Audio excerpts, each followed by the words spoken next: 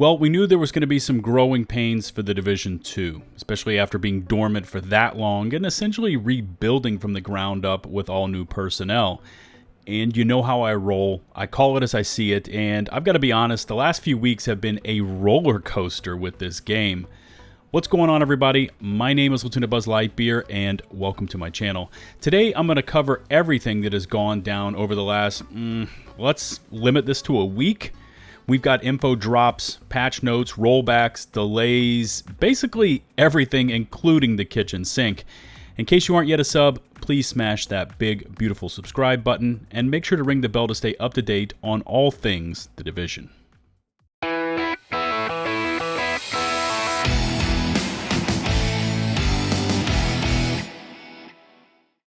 So let's start this all off with the ongoing PC crash issues. And if you follow my channel, I tweeted to the official Division Game Twitter account and got a response from Daria General, our community manager, that PC crash fixes were expected in TU16. Of course, we're currently in TU 15.1, which went live today, and TU 16 is still many weeks, if not months away from deploying, and we don't know if that fix will be the one that will finally end the issues for those of us on PC.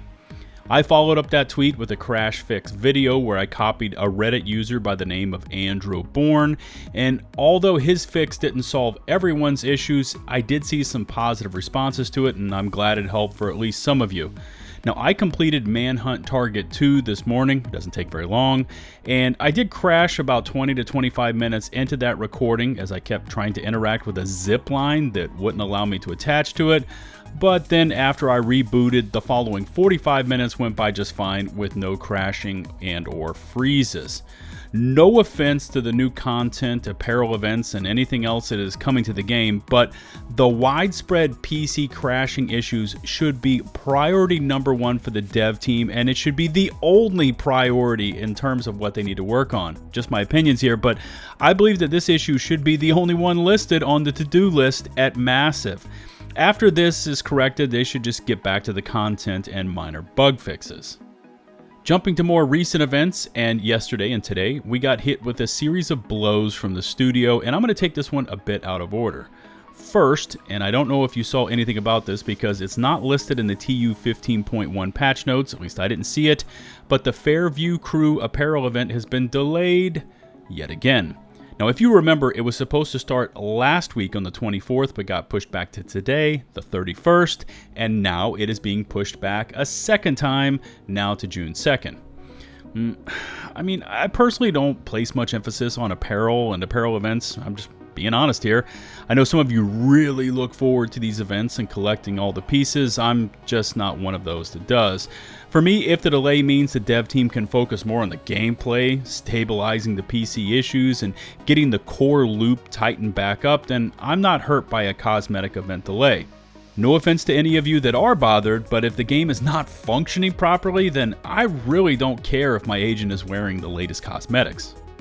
Okay, let's talk rollbacks, and this one hit the Division community pretty hard yesterday, and I purposely held off on posting any content or reactions to those proposed rollbacks, as I really just wanted to step back, mull it all over, and take in all the feedback and responses, both from the team at Massive, but also from the community. So, yesterday, and that date is something I will touch on in a moment. Anyways, yesterday we got this tweet stating that they had discovered a mistake in the amount of proficiency points gained from kill XP and were forced, interesting choice of words there, they were forced to recalculate every player's progress. Moving on, and I'm just going to abbreviate the post, it says the cap for expertise in Season 9 is level 20 and that anyone above that level will be rolled back to 20. But this affects every player in the game that has killed targets over the past few weeks and gained kill XP. Anyone that spent resources to level up over 20 will be refunded shade caches to be determined and received later this week. And then we get this line of text that doesn't instill much confidence in the analytics behind all of this, and I'm quoting them. Please be warned that it is not possible for us to grant the exact same amount of materials invested due to lack of end-game data. Discrepancies are to be expected. Do I understand the basic reasoning behind the need to make the adjustments in XP gains? Absolutely, yes, I do. Do I think this was the most efficient way to implement those changes? Absolutely not. Now, I have my own views on all of this, and they remain largely unchanged from those that I expressed way back when Massive rolled out the ban hammer and rollbacks to players involved in the damage exploits. That being, I don't agree with them. Anytime players are on the receiving end of rollbacks or punishment for an in-game mechanic that was missed by the studio, then I just can't get behind any action taken by the studio to take back any advantages, power, or gear obtained by the players. Now, if the players had used outside software or hacks, that's a different story altogether. But when it is part of the game, then it is fair game. Since Massive has made the decision to move forwards with this, looking it all over, the complexities of it, it all just feels like being complex simply for the sake of being complex. The easiest way to do this would have been to make the announcement that the hard cap for levels in Season 9 was always going to be level 20. Unfortunately, there's part of the XP equation that was missed, and therefore any players that have boosted their expertise over that intended hard cap will be rolled back to level 20.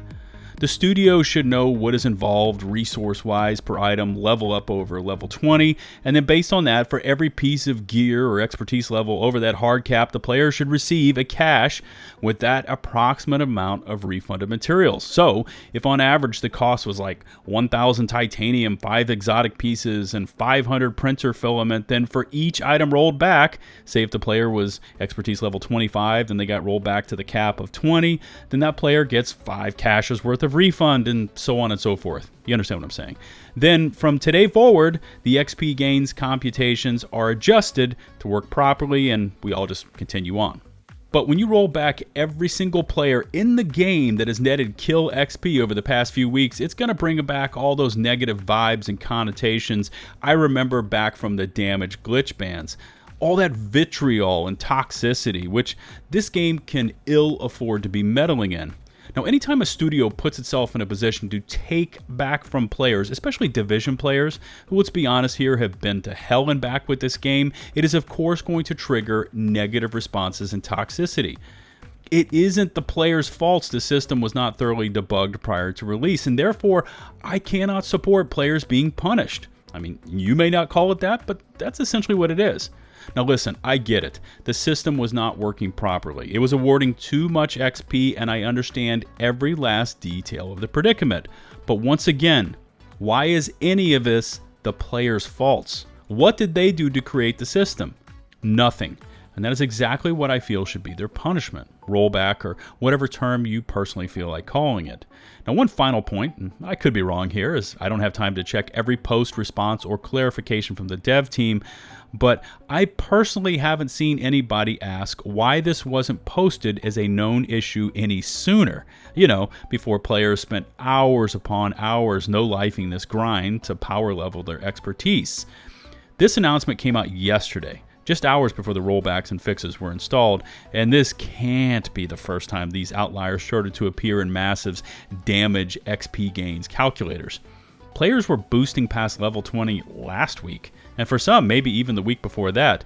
Why hasn't this issue been raised until now, at the 11th hour? Why haven't we seen a post saying that the dev team has seen some possible issues with expertise XP gains, and that the hard cap was always intended to be level 20, and for anyone going past that point, there could be some adjustments expected in the coming weeks? At least then, anyone that was no-lifing that XP grind could have backed off and waited for the final verdict to come down. I'll let you come up with your own opinions on that last topic, and I look forward to reading them in the comment section below. Make sure to smash that sub button and ring the bell to receive those future upload alerts. If you could rate and or share this video, it would be greatly appreciated. You can find and follow me on Twitch, Twitter, and over in my community Discord server. Links to all my socials in the video description below. Until the next one, this is LtBuzzLitebeer, signing off.